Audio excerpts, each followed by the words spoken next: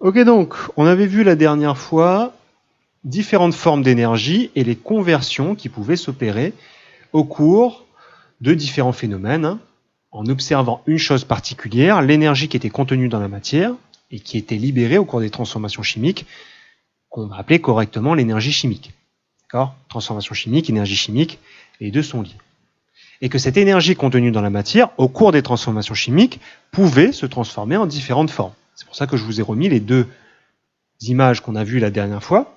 Par exemple, la méduse bioluminescente, son énergie chimique, elle va la transformer en lumière, donc en énergie lumineuse.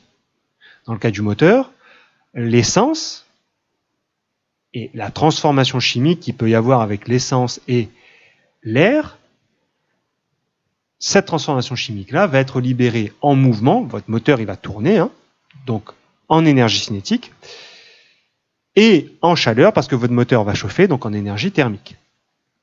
Justement, pour résumer ça, on avait mis en place ce que j'appelle le diagramme énergétique, enfin ce qu'on appelle les diagrammes énergétiques. Alors je vais vous redonner les exemples ici. Le diagramme énergétique, il a un objectif, c'est de pouvoir résumer ces conversions d'énergie. Alors comment je fais ça? Dans le cas de la méduse, là par exemple, la méduse, je mets un rond au centre précisant l'objet qui sert à faire la conversion. En indiquant du côté gauche quelle énergie j'utilise au départ. Vu que c'est une transformation chimique, vu que c'est l'énergie qui est contenue dans la matière, l'énergie de départ, c'est l'énergie chimique. Cette transformation va faire quoi? Va faire briller la méduse, donc va libérer de la lumière, donc va libérer de l'énergie lumineuse. D'accord? Elle utilise l'énergie chimique pour la convertir en énergie lumineuse. Même chose pour le cas du moteur. Quel est l'objet qui va faire la conversion? Je t'ai dit, c'est le moteur. Ok? Le moteur qui utilise l'essence au cours d'une transformation chimique, donc qui va utiliser l'énergie qui est contenue dans l'essence, donc une énergie chimique à la base, et le moteur va faire quoi? Il va utiliser cette essence, donc cette énergie chimique, pour la convertir en mouvement, en vitesse, donc en énergie cinétique, et en chaleur, votre moteur va chauffer, donc en énergie thermique. D'accord? Donc, tout ça, c'est des histoires de conversion. Passer d'une forme d'énergie à une autre forme d'énergie à travers d'un certain objet qui sert justement de convertisseur. D'accord? Donc, l'énergie chimique, elle peut être transformée soit en énergie lumineuse, en énergie cinétique, en énergie thermique ou même en énergie électrique. Et c'est ça qu'on va essayer de mettre en place aujourd'hui en observant un objet que vous connaissez tous, et c'est la pile. Donc on va étudier le phénomène de pile en reprenant ces notions de conversion énergétique là. D'accord? Donc, l'activité du jour, on va parler, c'est une activité du livre, je vous mettrai le numéro de la page en description, c'est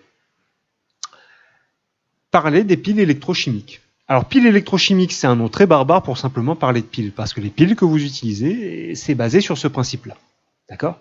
C'est Volta le premier. On va essayer de voir à peu près en étudiant la pile de Volta. Et dans Volta, vous reconnaissez un mot normalement. Le mot volt, exactement. D'accord? Donc c'est lui justement qui a travaillé sur les premières piles électrochimiques et qui a travaillé sur toutes les notions d'électricité que je vous ai enseignées là. Alors bien évidemment, il en a fait d'autres. Et là, c'est, on va dire, le début. Ok? Alors comment on a construit une pile? Parce que ça, c'est des piles électrochimiques. Comment on les a construites? Vous avez le matériel ici. Ce qu'on a fait, c'est qu'on a pris deux lames de métal, une lame de zinc et une lame de cuivre, qu'on a fait tremper dans un liquide bleu. C'est pas du canard WC, j'en vois deux qui sont en train de se marrer. Liquide bleu, sulfate de cuivre. D'accord? Le sulfate de cuivre, qui sert, regardez son nom, comme électrolyte. D'accord? Électrolyte, vous avez la définition ici, solution ionique permettant le passage du courant électrique. Solution ionique, vous reconnaissez quoi dans ionique? Ion. C'est un liquide qui contient des ions. D'accord? Et donc, on a fait tremper donc, ces deux morceaux de métal dans ce liquide. Et qu'est-ce qu'on observe? On a pris un appareil de mesure ici, qu'on a connecté à ce petit dispositif-là. Alors, qu'est-ce qui mesure? Comme d'habitude, je regarde. Alors, c'est un peu difficile à voir. On est sur COM et V. Et ici, on est réglé sur V. En même temps, sans grande surprise. C'est Volta qui l'a étudié. Donc là, on est en train de mettre en place les volts de la pile. Et on observe effectivement que quand je mets ces deux plaques de métal dans le liquide, qu'est-ce que je vois apparaître? Une tension. Je vois apparaître une tension. Je vois qu'il y a un stock d'électricité qui est contenu là-dedans.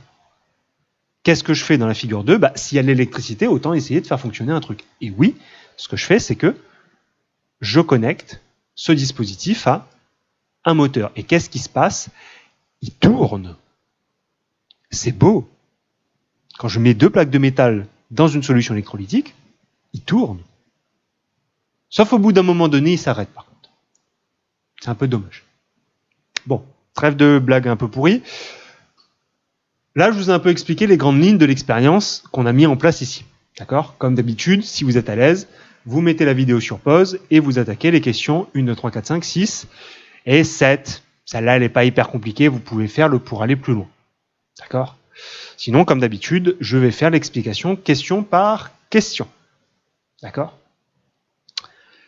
Sachant que je vous ai pas mal expliqué pas mal de trucs, à partir de là, je pense qu'il y a quelques questions, vous pouvez vous en sortir. Alors, première question par exemple. Pourquoi la figure 1 permet d'affirmer qu'on a réalisé une pile? Comment je sais, ici, là, que mon dispositif, c'est une pile? Soyez un peu logique. En plus, je l'ai dit avant, si vous êtes perdu, vous revenez un peu sur les explications et vous voyez pourquoi. D'accord? Regardez qu'est-ce qu'on vous donne dans la figure 1. D'accord? Deuxième question, pareil, analyse d'expérience. Comment évolue la couleur de la solution au cours de l'expérience? L'aspect métallique des lames. Alors, au début de l'expérience, à la fin de l'expérience, qu'est-ce qu'on remarque au niveau de la couleur? Première chose. Deuxième chose, qu'est-ce qu'on remarque? Alors, ça va être peut-être un petit peu plus compliqué. Qu'est-ce qu'on remarque par rapport à l'état des plaques de métal? D'accord? Si vous êtes perdu, je vous conseille plutôt de remarquer ça. Je vous laisse rédiger. C'est pas hyper compliqué. À vous de faire vos rédactions, de faire vos réponses après. D'accord? Troisième question. Pourquoi on peut dire qu'on a une transformation chimique ici? La justification que vous connaissez. On l'a fait, on l'a refait en long, en large, en travers. Pourquoi, effectivement, on peut dire qu'on a une transformation chimique ici? Je vous laisse faire votre réponse. On l'a mangé en long, en large, en travers. Regardez là, le chapitre 2 de cette année pour avoir la réponse, sachant qu'on l'a déjà vu l'année dernière en plus. Alors, quatrième question, on revient sur les énergies. Quelle forme d'énergie permet au moteur de fonctionner? Alors, faites attention, faites attention. Là, on demande l'énergie directe, c'est-à-dire que le moteur, il utilise une forme d'énergie. Si vous voulez, il y a un piège. Parce que là, très souvent, vous allez dire quelque chose. Parce que vous voulez aller trop vite. Faites attention, il y a une deuxième partie dans la question. Quelle forme d'énergie initiale a permis de l'obtenir? Donc là, faites bien le raisonnement. C'est un effet domino. C'est-à-dire qu'on part d'une forme d'énergie pour aller à une forme d'énergie, pour aller à une forme d'énergie. Donc pour le moteur, il utilise quelle énergie au départ? Je vous laisse réfléchir là-dessus. Et donc quelle énergie initiale a permis d'utiliser, de créer ce dont a besoin le moteur? Je vous laisse réfléchir. C'est pas hyper compliqué, mais il y a un piège. D'accord? Pas un gros piège, mais si vous voulez aller trop vite, vous allez tomber dedans. Cinquième question, un peu technique. Quels sont les 3 éléments essentiels qui constituent une pile? Bon, alors là, il faut que vous analysiez ce qu'on a construit ici. En clair, ce qu'on vous demande ici, c'est compliqué parce qu'on vous demande, pour avoir une pile, il faut quoi? Mais simplement en regardant ce que vous avez là, vous pouvez savoir de quoi est constituée une pile. Et oui, c'est exactement ce que vous avez dans vos piles actuelles. Même si la forme est légèrement différente. Donc une pile, c'est constitué de quoi? D'accord? Sixième question, construire le diagramme énergétique d'une pile. La pile, hein, vous vous souvenez ce que j'ai fait en début de vidéo pour la méduse et le moteur? Il faut faire la même chose pour la pile. Sachant que,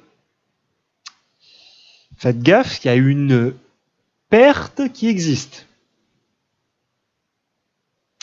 En plus, c'est ce qu'on appelle ici, là. Il y a un petit rappel ici qui est précisé ici. Faites attention quand vous allez construire votre diagramme. Mais globalement, c'est construire comme ce que je vous ai montré au début. D'accord? Et septième question, pour aller plus loin, hein, pourquoi la pile cesse-t-elle de fonctionner au bout de quelques heures? Là, si vous êtes un peu logique, vous trouvez la réponse. Pourquoi? Ah, ça fonctionne, et puis pouf, tout d'un coup, ça ne fonctionne plus. Qu'est-ce qui pose problème? Soyez un peu logique. Sachant que normalement, si vous avez trouvé la 3, avec un peu de logique, vous pouvez trouver la bonne réponse. D'accord? Bon, je vous laisse réfléchir là-dessus. Ça fait tranquillement, et nous, on se retrouve pour la vidéo correction. À tout de suite!